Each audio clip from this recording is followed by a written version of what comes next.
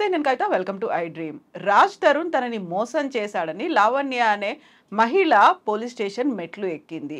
అసలు ఓవరాల్గా ఈ లవ్ కేసులో ఏం జరిగి ఉంటుంది? ఇంకొక అమ్మాయి ప్రవేశించిన తర్వాత మాత్రమే రాజ్ తరుణ్ వ్యవహారంలో మార్పు వచ్చిందని లావణ్య అంటోంది.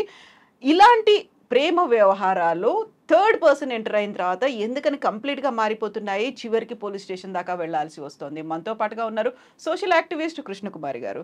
అమ్మ నమస్కారం. నమస్తే అమ్మ, మనం ఇలాంటి కేసులు బోల్డ్ అన్ని చూసుంటాము. ఒక ఎఫ్ఐఆర్ అనేది ఉంటుంది, ఆ తర్వాత ఎవరికి తెలియకుండా పెళ్లి చేసుకుంటారు, సడన్ గా మళ్ళీ ఒక ట్విస్ట్ అనేది కనిపిస్తుంది, వదిలించుకునే ప్రయత్నాలు చేస్తున్నారని. ఇదంతా మనం సినిమాల్లో చూస్తూ ఉంటాం, అవన్నీ నిజ జీవితంలో కూడా కనిపిస్తున్నాయి. పర్టికులర్గా సినిమా వాళ్ళు అనగానే అది ఇంకెక్కువ క్యూరియస్గా మారిపోతుంది. ఈ కేసుని మీరు ఎలా చూస్తున్నారమ్మా? ఇది అన్ని కేసులు లాంటిదే, కొత్తదనం ఏమీ లేదు. కాకపోతే కొంచెం సెలబ్రిటీ కాబట్టి ఎక్కువ మాట్లాడుకోవచ్చు, లేదు అతనికి ఆ అమ్మాయిని వదిలించుకోవటానికి ఆ అమ్మాయికి సంబంధించిన వీక్నెస్లు ఇతనికి తెలుసు కాబట్టి ఇద్దరు కలిసి చేశారు కాబట్టి ఆ అమ్మాయిని ఇరికించగలిగాడు ఆ కేసులో, లావణ్యని. ఆ రోజుల్లో లావణ్య ఇతని గర్ల్ ఫ్రెండు అంటే అతను కొట్టిపారేశాడు. ఆ రోజే ఆ అమ్మాయికి అర్థమై ఉండాలి జైల్లో ఉన్నప్పుడే, ఆహా నన్ను ఏదో కొంచెం సైడ్ ట్రాక్ పట్టిస్తున్నాడు అని, వదిలించుకునే ప్రయత్నాల్లో ఉన్నాడు అని. కాకపోతే కొంచెం మనందరికీ అర్థమైనంత ఈజీగా మనకున్నంత తర్కం వాళ్ళకుంటే ఇలా ఎందుకు జరుగుతుంది? ఇప్పుడు ఎవరి కేసులో ఎవరైతే ఇన్వాల్వ్ అయి ఉంటారో వాళ్ళకి మోసపోవటానికి సిద్ధంగా ఉంటారో వాళ్ళకి తర్కం ఉండదు. తర్కం పనిచేస్తే మోసపోరు, తర్కాన్ని వదిలేస్తారు. కాబట్టే దాన్ని చాలా తెలివిగా ప్రేమ ప్రేమ అనుకుంటారు. అది ప్రేమ కాదు, మీ తెలివి తక్కువతనం అనేది వాళ్ళకి అర్థం కావటానికి టైం పడుతుంది. అయితే ఇక్కడ ఇంకా తర్కం లేదనడానికి ఇంకొక మాట ఏంటంటే, ఆమె ఎవరో వచ్చాక అతను మారిపోయాడు, నాతో సరిగా ఉండట్లేదు అని మాట్లాడుతుంది.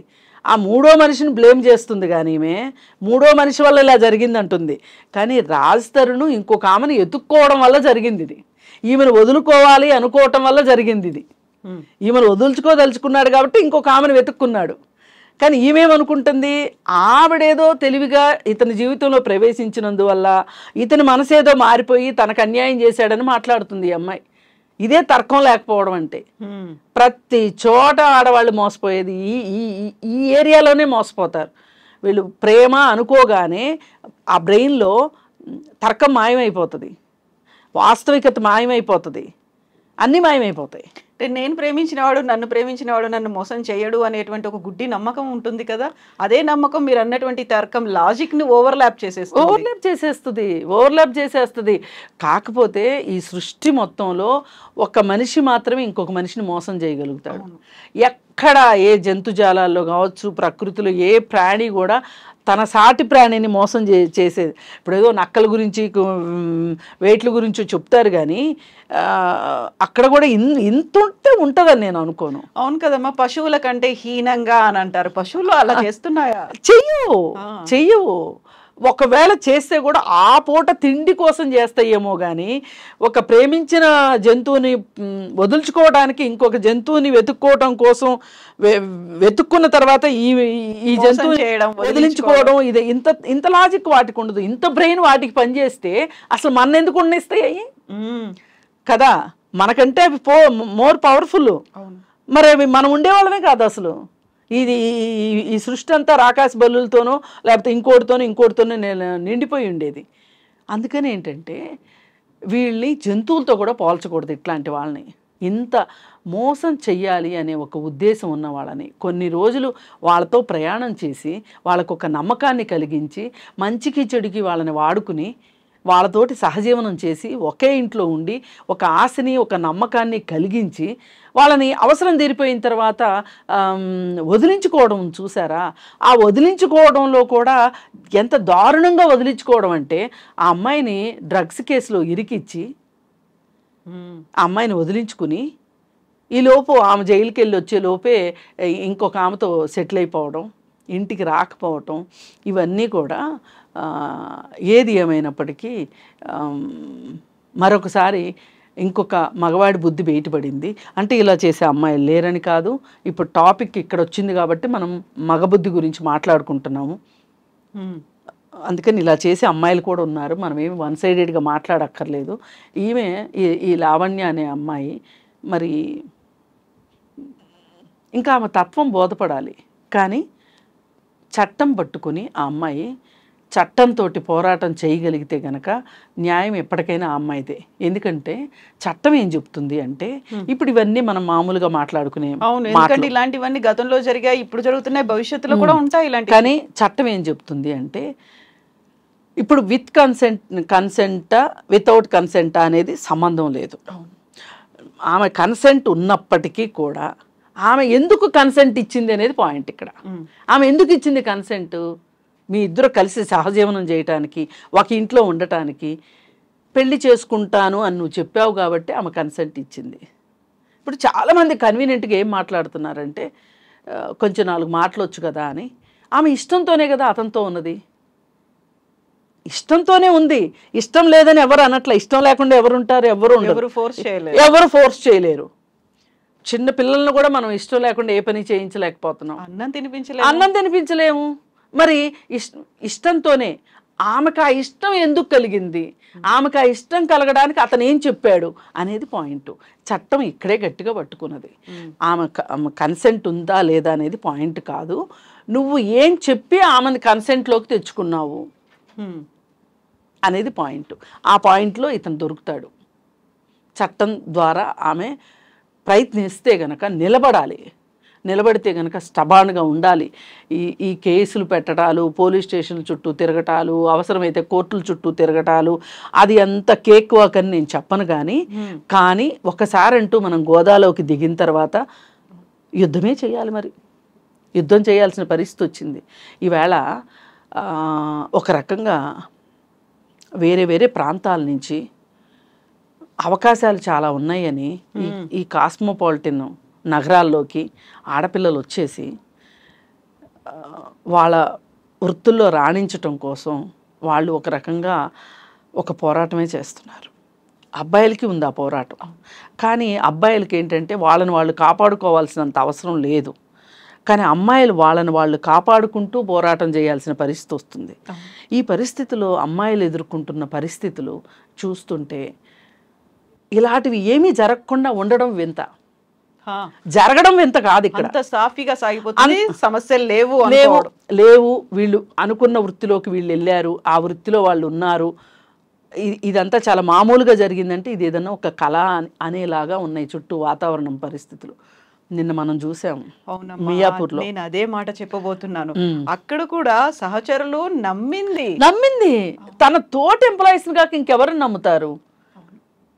4 ఏళ్ల పిల్లని, ఇంటి పక్కోడే కదా, ఇలా చేస్తాడని ఎలా అనుకుంటారు? పైకి చేస్తే పెద్దవాళ్ళని చేస్తారు కానీ పిల్లల్ని చేస్తారని ఎలా అనుకుంటారు? ఇలా మీరు ఏదన్నా చూడండి, ఒక అమ్మాయి కనిపిస్తే చాలు, అది 4 ఏళ్ల అమ్మాయా, 10 ఏళ్ల అమ్మాయా, 12 ఏళ్ల అమ్మాయా, వెరీ రీసెంట్ గా 80 ఏళ్ల ముసలావిడ మీద కూడా చేసి, ఇవి రేరెస్ట్ థింగ్స్ అండి. 80 ఏళ్ల ఆవిడ మీద చేసేది రేరెస్ట్ కేసెస్. మనం అసలు ఇప్పుడు ఖచ్చితంగా ఇవాళ మాట్లాడుకోవాల్సింది ఏంటంటే యువత గురించే మాట్లాడుకోవాలి. ఇప్పుడు నిన్న 13 ఏళ్ల పాప, ఆ పాపను ప్రెగ్నెంట్ చేశారు. 10 మంది అబ్బాయిలు కలిసి. ఎవరి వల్ల ఆ ప్రెగ్నెన్సీ వచ్చిందో తెలియదు. వచ్చింది కదా, అది 5 నెలల గర్భిణి ఆ పాప. అయితే జస్ట్ 13-14 ఏళ్ల వయసు మధ్యలో. అయితే చూడ్డానికి 12 ఏళ్ల అమ్మాయిలా ఉందంట. అయితే ఈ అమ్మాయికి టెర్మినేషన్ చేయించాలి, అబార్షన్ చేయించాలి. మళ్ళీ కోర్టు కేసు, పర్మిషన్లు. జడ్జి అడిగిన మాట ఏంటో తెలుసా అండి? ఆడవాళ్ళని ఎంత బాధ్యతలు చేస్తున్నారో ప్రతిదానికి. ఇప్పుడు టెర్మినేషన్ అని వచ్చేసారు. ఆ తల్లికి తెలియదా? 5 నెలల గర్భం మోసే కూతురు గురించి తల్లి ఆ మాత్రం పట్టించుకోలేదా? ఇంట్లో తిరుగుతున్నప్పుడు చూడలేదా? ఇప్పుడు నువ్వు మాట్లాడాల్సింది ఇది కాదు. నువ్వు ఒక జడ్జివి.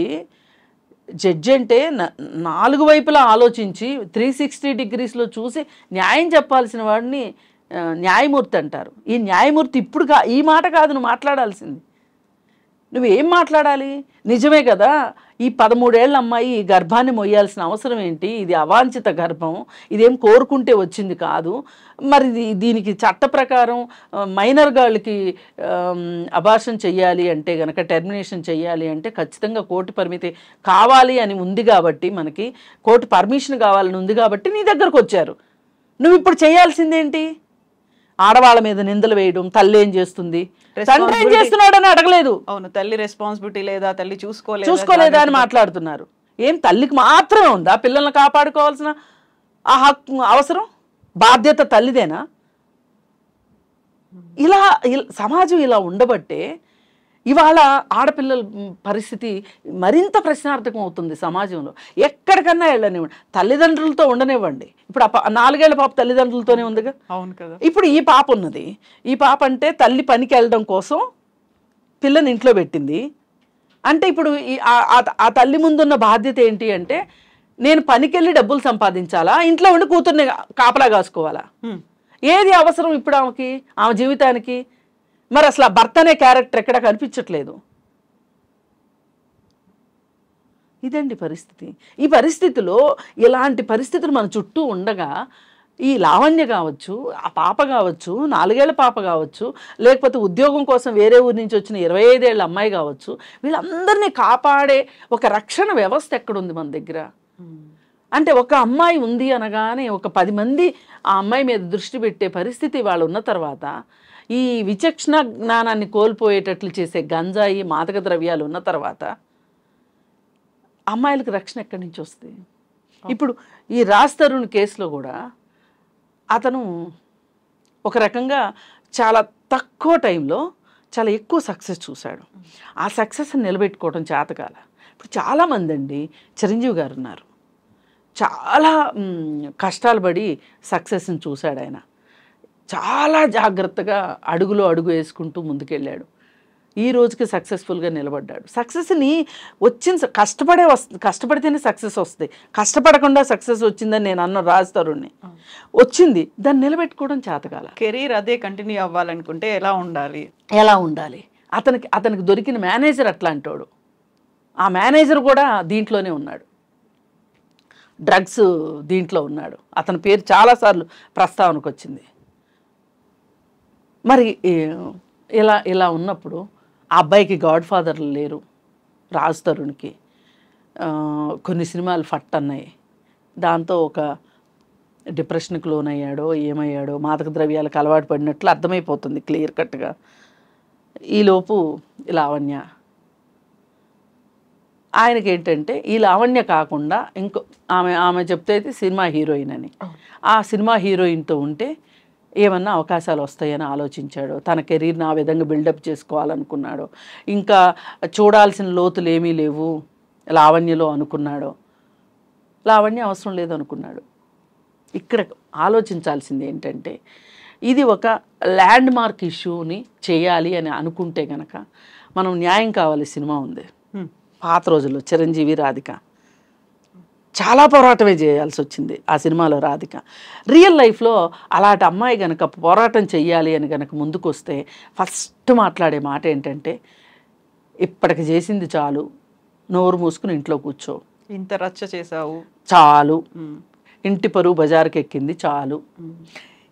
ఈ మాటలే ఇలా చెయ్యాలనుకునే మగవాళ్ళకి ఊతాన్ని ఇస్తున్నాయి. అంటే మన ఏం చేయలేరు. 4 రోజులు అరుస్తారు, 5 రోజులు అరుస్తారు గాయమని, 6వ రోజు మామూలే. వాళ్ళ పనిలో వాళ్ళు పడిపోతారు, మన పనిలో మనం పడిపోతాం. మనకు రూట్ క్లియర్ అయిపోతుంది. ఆ తర్వాత ఇంకో కేసు ఏదో వస్తుంది, అందరి దృష్టి అటు డైవర్ట్ అయిపోతుంది, దీని గురించి పట్టించుకుని సింపుల్గా అయిపోతుంది. ఈ లావణ్య ఏమైపోతుందో తెలియదు.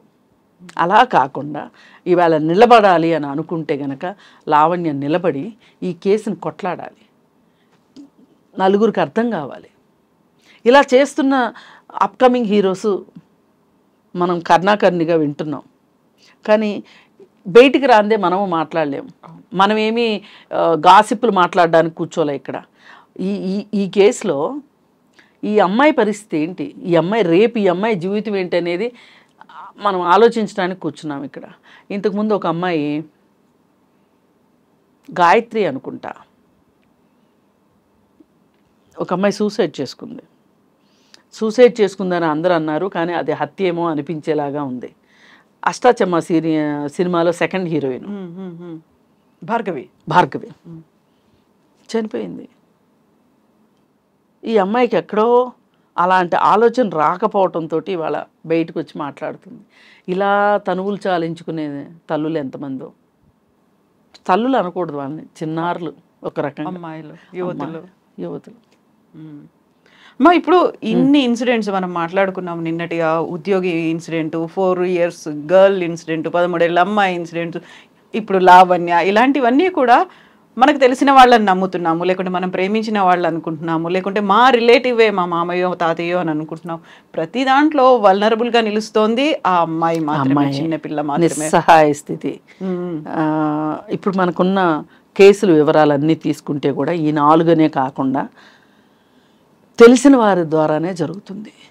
ఎక్కడో అర్ధరాత్రి ఇంటికి వెళ్తుంటే టకామని పట్టేసుకొని చేసింది కాదు ఇదేది. అందరూ ఇక్కడ జరిగిన వాళ్ళందరూ నమ్మకం ఇచ్చిన వాళ్ళే. ఈ నమ్మకం ఇచ్చిన వాళ్ళు ఎందుకు ఇంత నమ్మకాన్ని ఒమ్ము చేస్తున్నారు అంటే వాళ్ళకి ఒకటే, ఇవాళ టెక్నాలజీ వల్ల కావచ్చు, క్షీణిస్తున్న విలువలు అని అయితే నేను అనను. ఎందుకంటే విలువలు బాగా ఉన్న రోజులు కూడా ఇలాంటివి జరిగాయి, ఆలోచనలు. కానీ ఇవాళ ఆ అదుపులేని ఆలోచనల్ని ప్రేరేపిస్తున్న సంస్కృతి అనే అందాం. అది సినిమాలు కావచ్చు. కాలేజీ పిల్లలు చెడిపోతున్నారంటే కాలేజీ పిల్లలకి ఏదైతే చూపించకూడదో అదే చూపించే సినిమాలు వస్తున్నాయి. ఇప్పుడు ఖరీదైన కాలేజీల పేర్లు, ఆటల పేర్లు, వీటి పేర్లు పెట్టడం మోటైపోయి ఒక స్పెషల్గా తీసుకెళ్దామని గవర్నమెంట్ ప్రభుత్వ జూనియర్ కళాశాల అని ఒక సినిమా వచ్చింది. జూనియర్ కళాశాలలో ఎవరుంటారు? ఇంటర్మీడియట్ పిల్లలు ఉంటారు. ఇంటర్మీడియట్ అంటే ఏం చదువు, వాళ్ళ వయసు ఎంత ఉంటుంది? 16, 17, 18. ఈ 3 సంవత్సరాల మధ్యలోనే కదా ఉంటారు, 16, 17, 18. ఇప్పుడు గవర్నమెంట్ కాలేజీలో చేరే సామాజిక వర్గం ఎవరై ఉంటారు? అట్టడుగు వర్గాల వాళ్ళే. వాళ్ళని కూడా వదలరా మీరు? ఎందుకు వెళ్తున్నారు వాళ్ళు కాలేజీకి? చదువుకోవటానికి కదా. అందులో కూడా లవ్ స్టోరీలు పెట్టేసేసి ఒకప్పుడు చిత్రం సినిమా వచ్చింది అట్లా, సీతాకోకచిలుక ఒకప్పుడు. కాకపోతే పాత వాళ్ళు ఏం చేసేవాళ్ళు అంటే దానికి ఏవో కొన్ని సంగీత విలువలు జోడించి కాస్త సుగంధాలు పరిచేవాళ్ళు. అసలు విషయం పక్కకి వెళ్ళిపోయి ఈ సుగంధాలు పీల్చుకుంటూ కూర్చునేవాళ్ళు మనుషులు. ఇప్పుడు డైరెక్టర్లకు ఆ సుగంధాలు చల్లటం కూడా రావట్లేదు కాబట్టి చాలా రాగా తీస్తున్నారు. రాగా తీస్తే అర్థమైపోతుంది ఇక్కడ సుగంధాలు లేవు, ఏమీ లేవు, ఉన్న విషయం ఉన్నట్టు ఇదొక సెక్స్ మూవీ లాగా తీస్తున్నారు. అమ్మ మళ్ళీ అక్కడికి వచ్చే ఆర్గ్యుమెంట్ కూడా ఒకటి ఉంటుంది, సమాజంలో అవుతుంది మేము చూపిస్తున్నాం, లేదు సినిమాల్లో వచ్చేది ఇక్కడ సమాజంలో జరుగుతుంది. మళ్ళీ అక్కడ రెండు కాంట్రాస్ట్గా ఉండేటువంటి స్టేట్మెంట్లు ఉంటాయి అక్కడ. ఏమండి, మొన్న అతను ఎవరు, ఇప్పుడు హర్షసాయి అడ్వర్టైజ్మెంట్ ఇచ్చాడు. వాడు ఏం చెప్పాడు చాలా తెలివిగా, నేను ఇవ్వకపోతే వేరే వాళ్ళు ఇస్తారు కదా అందుకే ఇచ్చాను. ఇప్పుడు ఒక అమ్మాయిని నేను మోసం చేయకపోతే ఇంకోడు ఎవడో లేడా మోసం చేయడానికి, కాబట్టి నేను మోసం చేశాను. నేను తీయలేదు సినిమా, ఇంకోటి తీయడానికి గ్యారంటీ ఏంటి? అందుకే నేను సినిమా తీశాను. ఇదో లాజిక్. మరి ఈ లాజిక్లో నేను చేసింది తప్పు అనే మాట ఎక్కడా మాట్లాడట్లా. నేను చెయ్యకపోతే ఇంకొకరు చేస్తారు కదా, కాబట్టి నేను చేస్తున్నా. ఇదండి. దీన్ని మీరు ఏ విధంగా అనుకుంటారో, వాళ్ళు సమాజంలో జరిగేది మేము తీస్తున్నాము అని వాళ్ళు చెప్పినా, లేకపోతే మేము చెప్తే వింటారా వాళ్ళు? సుభాషితాలు వింటానుక సినిమాలకు వచ్చేది? ఎంటర్టైన్మెంటే కదా, ఇన్ని మాటలు మాట్లాడతారు కదా. సరే, ఎవరు తీకండి, ఎల్ఐ తీస్తాడేమోనని పుల్లయ్య తీసాడు కాబట్టి ఇంకో ఎల్ఐ తీసేస్తే ఏంటి లాభం? కాదు కదా. ఇక్కడ ఏంటి జరుగుతుందనేది విషయం. ఇవాళ మనకి వచ్చిన టెక్నాలజీ, స్మార్ట్ ఫోన్ ఒక ప్రాబ్లము. ఈ స్మార్ట్ ఫోన్లో మొత్తం సినిమాలన్నీ చూసుకోవచ్చు. ఫోన్ ఇలా పెట్టుకొని సినిమాలే కాదు ఓటీటీలు చూసుకోవచ్చు. ఇవన్నీ కాకుండా రియాలిటీ షోస్ తీసుకోవచ్చు. ఇప్పుడు మొన్న ఇప్పుడు స్ట్రీమింగ్ అవుతున్న రియాలిటీ షో చూసాం కదా, కిరాక్ అబ్బాయిలు, కిలాడి అమ్మాయిలు, కిరాక్ బాయ్స్, కిలాడి గర్ల్స్ చూసాం కదా, ఎంత గొప్పగా ఉందో. ఇది నట్టింట్లో రాత్రిపూట 8 8:30 నాట్యం ఆడుతూ ఉంటుంది గజ్జిగట్టి. ఇది ఇంట్లో అందరూ కలిసి చూస్తారు. ఈ ఎపిసోడ్లో టీచర్ వేషం వేసింది అమ్మగారు, అనసూయ అమ్మగారు. టీచర్ వేషం వేస్తే టీచర్లు ఇట్లే ఉంటారు కావచ్చు. అదేమంటే అదేదో సినిమాలో సుష్మితా సేన్ చీర కట్టలేదా, అలాంటి చీరే కదా దీపిక పడుకునే కట్టలేదా, అలాంటి చీరే కదా నేను కట్టేది. సినిమాలో చేస్తే తప్పు లేదు, నేను చేస్తే తప్ప. సినిమాలకి రియాలిటీ షోస్కి ఉన్న ఇబ్బంది ఏంటి అంటే, రెండింటికి ఉన్న తేడా ఏంటి అంటే, సినిమా మన ఇష్టమైతే సినిమా హాల్కి వెళ్తాం, రియాలిటీ షో నీకు ఇష్టం ఉన్నా ఇష్టం లేకపోయినా మన ఇంట్లో వచ్చేస్తుంది. మరి చూడకుండా ఉండొచ్చుగా అంటారు సింపుల్గా. మీరు చేయకుండా ఉండొచ్చుగా. మీరు చేసేది దేనికోసం? రెమ్యూనరేషనే కదా. ఇలాంటి రెమ్యూనరేషన్ అవసరమా మీకు? ఇందులో ఏం కళా విలువలు ఉన్నాయి? కళాపోషణ ఏముంది? కళామ తల్లి అయితే లేదుగా. ఇదే కళామ తల్లి, ఇదే కళాపోషణ, ఇదే కళాత్మక విలువలు అంటే నేనేం మాట్లాడను. అందుకని ఇలాంటివన్నీ జరగడానికి మీరందరూ కలిసి తలా కొంచెం పాలు పంచుకుంటున్నారు. ఇవన్నీ బాగుపడిందే సమాజం మట్టుకు బాగుపడదు. దీనికి రెగ్యులేటరీ కావాల్సిందే, ఫోన్కి ఒక రెగ్యులేటరీ కావాల్సిందే, సినిమాలకు కావాల్సిందే, ఓటీటీ ప్లాట్ఫామ్స్కి కావాల్సిందే, రియాలిటీ షోస్కి కావాల్సిందే. అండ్ మోరోవర్ మహిళలు, అమ్మాయిలు వాళ్ళంతా వాళ్ళు ఎలా స్ట్రెంగ్తన్ చేసుకుంటారో, ఇలా లొంగిపోకుండానో లేకుంటే నమ్మి మోసపోకుండా ఉండాలి అంటే వాళ్ళు తీసుకోవాల్సినటువంటి జాగ్రత్తలు ఏంటి? దాని మీద కూడా ఫోకస్ పెట్టాలి కదా. అమ్మాయిలు పెట్టాలి, నేను కాదనట్లా. కానీ ఒక వెల్లువలాగా అబ్బాయిలు ఏదో ఒక విధంగా వాళ్ళ పబ్బం గడుపుకోవాలని అబ్బాయిలు ఉన్నప్పుడు ఎంతసేపును కాపాడుకుంటారు చెప్పండి. మనం ఇది కూడా ఆలోచించాలి కదా. దీనికి కారణం పేదరికం అని ఒక కారణం అని నేను చెప్తా. రెండోది ఉద్యోగాలు లేకపోవటం. ఖాళీగా బలాదూరు తిరిగే పిల్లలు ఎక్కువగా కనిపిస్తున్నారు ఈ మధ్యకాలంలో. స్లమ్స్కి వెళ్ళండి, బలాదూరుగా తిరుగుతున్నారు. ఇవాళ 15,000 రూపాయలైనా వచ్చినా చాలు, నేను ఉద్యోగం చేసుకుని బతుకుతాను అనే అబ్బాయిల సంఖ్య చాలా తక్కువైపోయింది. వీళ్ళు ఖాళీగా కూర్చొని తల్లిదండ్రులను పీడించి, ఇప్పుడు ఆ 10 మంది అబ్బాయిల్లో సగానికి పైగా మైనర్లండి. అసలు ఒక మైనర్ బాలుడు ఎక్కడ ఉండాలి? ఉంటే స్కూల్లో ఉండాలి, మేజర్ అయిన తర్వాత పనిలో ఉండాలి. వీడెందుకు రోడ్ల మీద ఉన్నాడు గంజాయి పీలుస్తా? వాడి చేతిలో మళ్ళీ ఒక సెల్ ఫోను, స్మార్ట్ ఫోను, ఒట్టి సెల్ ఫోను కాదు. సిగ్నల్ పడినప్పుడు అడుక్కునే వాళ్ళ దగ్గర నుంచి, అక్కడ పూసలు అమ్ముకునే వాళ్ళ దగ్గర నుంచి అందరి దగ్గరే వాళ్ళ స్మార్ట్ ఫోన్లు. మీరు ఎప్పుడైనా ఒకసారి మెట్రో స్టేషన్స్ దగ్గర మీరు ఆగి చూడండి, ఇలాంటి వాళ్ళు మీకు కనిపిస్తారు. స్మార్ట్ ఫోను, అన్లిమిటెడ్ డేటా కూర్చొని చూసుకుంటా ఉంటారు అంతే. మరి ఏం చూస్తున్నారనేది కదా ఇక్కడ పాయింట్. మరి ఇంత వచ్చేసిన తర్వాత మనుషుల్ని మీరు సరిగా ఉండండి అని నీతి వాక్యాలు చెప్తే ఎవరింటారు చెప్పండి? ఎక్కడ కట్టడి కావాలి మనకి? బెట్టింగ్ యాప్స్ని ఆపటం ప్రభుత్వం తలుచుకుంటే అవదా? సెన్సార్ని గట్టిగా చేసి కఠిన నిబంధనలు పెట్టడం గవర్నమెంట్కి చేత కాదా? గంజాయిని ఆపటం ప్రభుత్వాలకు చేత కాదా? ఇప్పుడు గంజాయి గురించి ఎందుకు మాట్లాడుకోవాల్సి వస్తుంది మనము?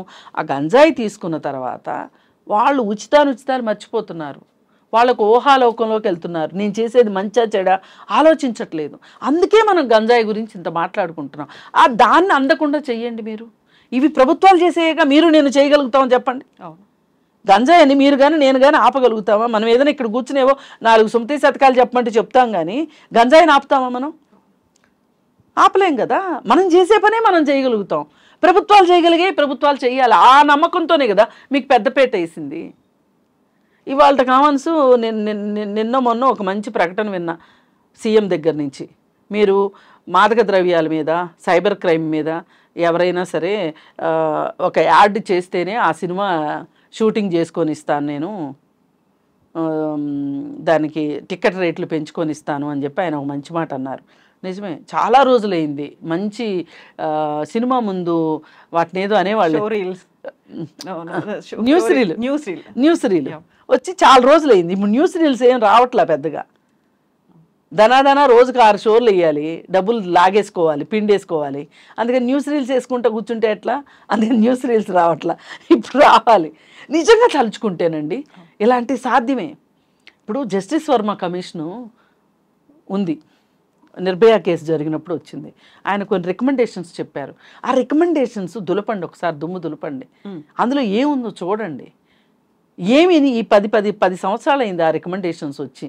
ఎందుకు మనం ఇంప్లిమెంట్ చెయ్యట్లేదు? మనకి మహిళల రక్షణ మన బాధ్యత కాదు అని మనం పక్కన పెట్టేస్తున్నామా? మన పదవుల్ని నిలబెట్టుకోవడమే మన పని అయిపోయిందా? ఆలోచించాలి రాజకీయ నాయకులు. ఆలోచిస్తే పరిష్కారం దొరుకుతుంది. ఇప్పుడు ఈ నేరాలు, ఈ ఘోరాలు అర్ధరాత్రి ఆగిపోతాయి అనేంత భ్రమలో మేము కూడా లేవండి యాక్టివిస్టులవి. ఒక్క రాత్రిలో ఏమీ అవ్వదు. ఇది చేస్తూ వెళ్తూ ఉండాలి. ఆ చిత్తశుద్ధి ఇది కంటిన్యూగా జరగాలి. నిర్భయ ఫండ్ ఉంది మనకి. ఆ నిర్భయ ఫండ్ని దేనికి వాడుతున్నారో తెలియదు. చిన్నప్పటి నుంచి నేర్పండి. జెండర్ సెన్సిటివిటీ చెప్పండి. జెండర్ డిస్క్రిమినేషన్ గురించి మాట్లాడండి. జెండర్ బయాస్ గురించి మాట్లాడండి పిల్లలతోటి. అప్పుడు వాళ్ళు ఒక మంచి పౌరులుగా ఎదుగుతారు. ఆడపిల్లల్ని కాంపిటేటర్గా చూడరు, ఆడపిల్లని విలాస వస్తువుగా చూడరు. ఇలా ఇన్నున్నాయి. ఇవన్నీ చెయ్యాలి. మరి ఎంత టైం పడుతుందో చూడాలి దానికోసం. ఈలోపు మనం ఇలా మాట్లాడుకుంటూనే ఉంటాము. కాకపోతే ఈ రాజ్ తరుణ్ విషయం వచ్చేసరికి అసలు ఆమె పోలీస్ స్టేషన్కి వెళ్ళడం కంటే కూడా ముందు ఈ సినిమా ఇండస్ట్రీలో ఏదైనా ఇట్లాంటి విషయాలు ఏమన్నా మాట్లాడుకోవటానికి ఒక కమిటీ ఏదన్నా ఉండాలి. పోయినసారి శ్రీరెడ్డి ఇష్యూ వచ్చినప్పుడు, కాస్టింగ్ కౌచ్ గురించి వచ్చినప్పుడు ఒక కమిటీ వేశారు, క్వాష్ కమిటీ అని ఒకటి వేశారు. ఇప్పుడు అది ఏమైపోయిందో తెలియదు. అందులో ఉన్న మెంబర్స్కైనా వాళ్ళకి మేము మెంబర్స్ ఏమైనా గుర్తుందో లేదో కూడా తెలియదు మనకి. ఆ పరిస్థితిలో ఆ కమిటీ ఉంది. అలాంటి కమిటీ ఏదన్నా ఉంటే గనక వాళ్ళు అక్కడ వాళ్ళ బాధను వాళ్ళు వెళ్ళబోసుకుంటారు. ఇప్పుడు జూనియర్ ఆర్టిస్టులు కావచ్చు, లేదు అనుకుంటే ఎక్స్ట్రా ఆర్టిస్టులు కావచ్చు, ఎక్స్‌ప్లాయిట్ అవుతున్నారు. వీళ్ళు చెప్పుకోవటానికి ఉంటుంది. ఇలాగే ఇప్పుడు ఈ విషయం ఉంది, లావణ్య విషయం ఉంది. లావణ్య అక్కడ వెళ్ళి మాట్లాడుకుంది అనుకోండి, ఆమెకు ఎంతో కొంత ఉపశమనం దొరికేది కదా. ఇప్పుడు సినిమా ఇండస్ట్రీకి పరువు అని వస్తున్నారు. మా పరువు తీస్తున్నారు అని ఏడుస్తున్నారు. కానీ వీళ్ళు పరువు నిలబెట్టే పనులు మీరు ఏం చేస్తున్నారు? అది చేసి ఉంటే ఇక్కడ దాకా వచ్చేది కాదు. ఇది ఎక్కడైనా సరే ఇవాళ పని ప్రదేశాల్లో లైంగిక వేధింపుల చట్టం ఉన్నది. ఆ చట్టం ప్రకారం 15 మంది ఉద్యోగస్తులు ఉన్న చోట ఇంటర్నల్ కంప్లైంట్స్ కమిటీ అని ఒకటి ఉండాలి. ఐసీసీలు ఉండాలి. ఐసీసీ ఉందనుకోండి, అక్కడికి వెళ్ళి చెప్పుకుంటారు. మీ పరువు బజారు పడకుండా ఉంటుంది. అందుకే అవన్నీ పెట్టింది. అక్కడ కూడా పరిష్కారం కాలేదనుకోండి, మనకు ఎలాగో కోర్టులు కేసులు ఉన్నాయి, పోలీస్ స్టేషన్లు ఉన్నాయి, కోర్టులు ఉన్నాయి, చట్టాలు ఉన్నాయి, వాటిపైన అవి చూసుకుంటాయి. కానీ మీరు ఆదిలోనే దీనికి ఒక ఫుల్ స్టాప్ పెట్టే పని చెయ్యాలి. దీని మీద ఎవరికి లేదు. ఎంతసేపు మేము సినిమా తీసాము, ఎన్ని వందల కోట్ల బడ్జెట్లు, ఎంత కలెక్షన్స్, ఎన్ని రికార్డ్స్ బ్రేక్ చేసింది. హీరోయిన్ రెమ్యునరేషన్ గురించి ఎప్పుడు మాట్లాడరు. హీరో రెమ్యునరేషన్ ఎంత? హీరోయిన్ పెంచితే మాత్రం అది టాక్ అవుతుంది. అంతే అమ్మ. నిజంగా చాలా సీరియస్ సబ్జెక్ట్స్ ఉన్నాయి. ఎలా ఫోకస్ పెడతారు, దీన్ని ఎలా అడ్డుకట్ట వేస్తారు? ఒక టఫ్ టాస్క్ కేవలం మనది మాత్రమే కాదు, ఒక వ్యవస్థది, ప్రభుత్వానికి కూడా బాధ్యత ఉంది. థ్యాంక్ యూ సో మచ్ అమ్మ. Thank you.